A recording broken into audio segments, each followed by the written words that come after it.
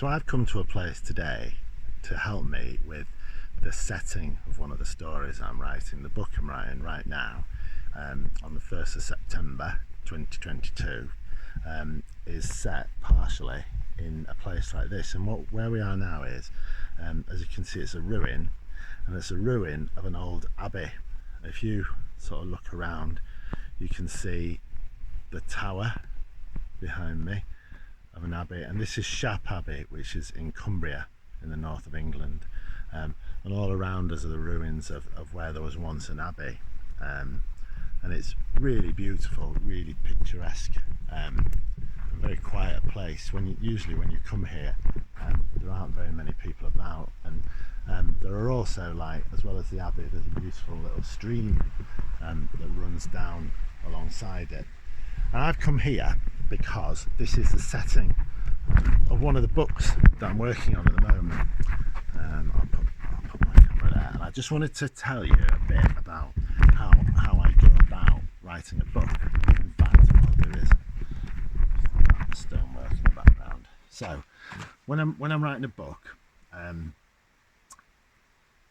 I'm describing a new setting, what I've got to do is I've got to describe that setting, and to make sure you're getting the setting, I'm just going to check my camera's still working. It is. So I've got to describe my setting really well, and so rather than just sort of conjure it up in my head, I try to come to the places where I set my books. So here we are, and I bring my notebook with me to write everything down in. I bring a pen, hopefully.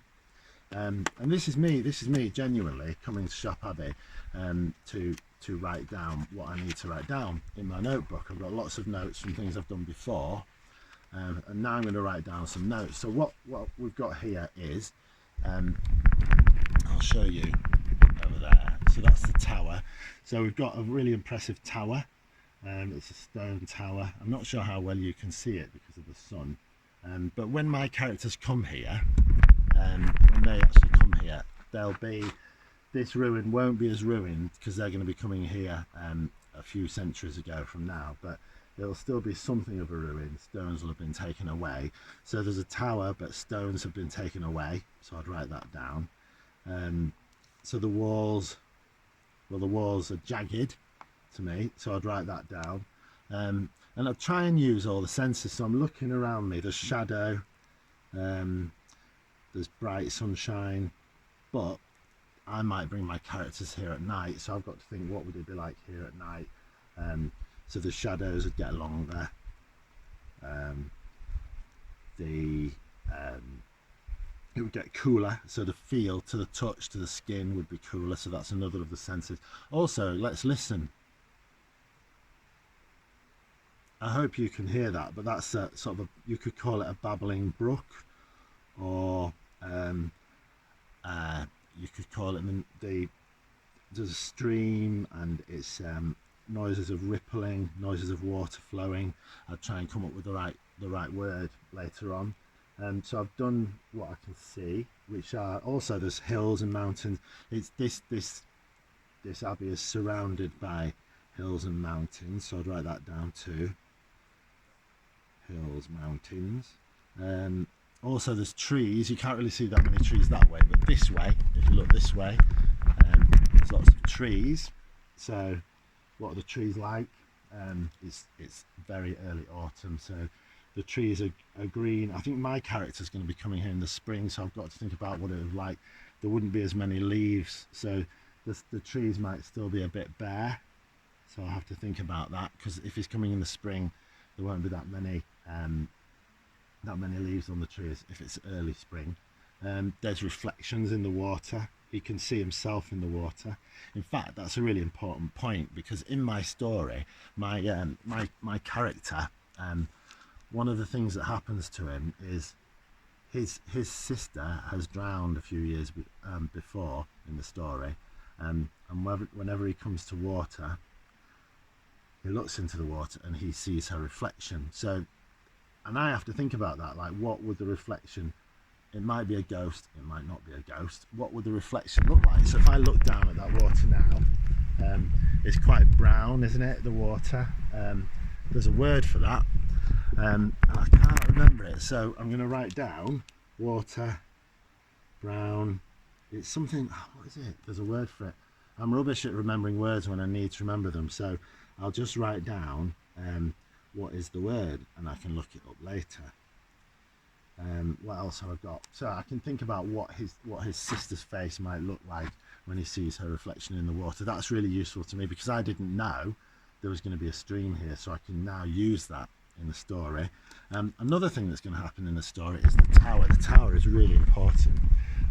You've got the tower up there, and Will, who's my main character, he's going to come here with another person, and they're going to go, to be safe from robbers and people like that, they're going to go right to the top of the tower, and that's where they're going to spend the night. So I have to go and look at that tower. Let's go and look at it now. I have to go over there and look at the tower, and I have to think, how would they get up there? There's a staircase. Let's just go. There's a staircase up there, up the side, so they'd probably go up there, and they'd go up to that top window up there, if you can see it. I hope the light's probably going to get better right now.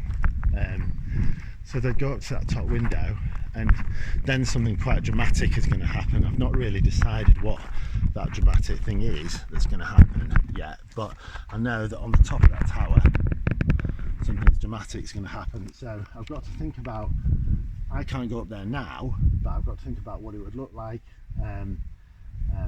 Would they be in shadow? Would it be cold? Would the wind be, there's a breeze now which you probably can't feel, but there's a breeze that they could feel. And then I have to check, have I covered all the senses? I've covered sight, looking at the broken stone, the shadows, the hills, the very green grass. It is really green grass considering we've had such a dry summer. We can hear the wind, I can hear the babbling of the brook, I can feel the cold or the wind on my arm, what's left, taste and smell. I suppose I can smell, there's farming smells, so there's like smells, maybe a bit of manure on the fields, so I'm going to write that down. Did they use manure? When this story is set in the late 16th century, so I have to check, what did they use then? They probably very much did. And I have to think of all those things, and once I've covered all the 5 senses, then I've got a good idea of what my description is going to be about, and I write it all down in my notebook. I've done this now because it's just me and my notebook. And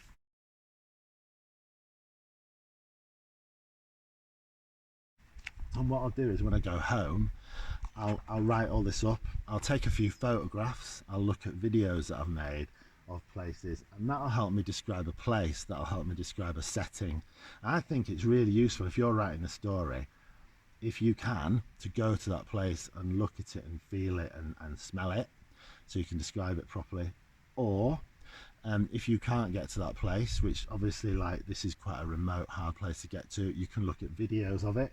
I bet if you went online you'd find videos of Shap Abbey or other abbeys that you could look at.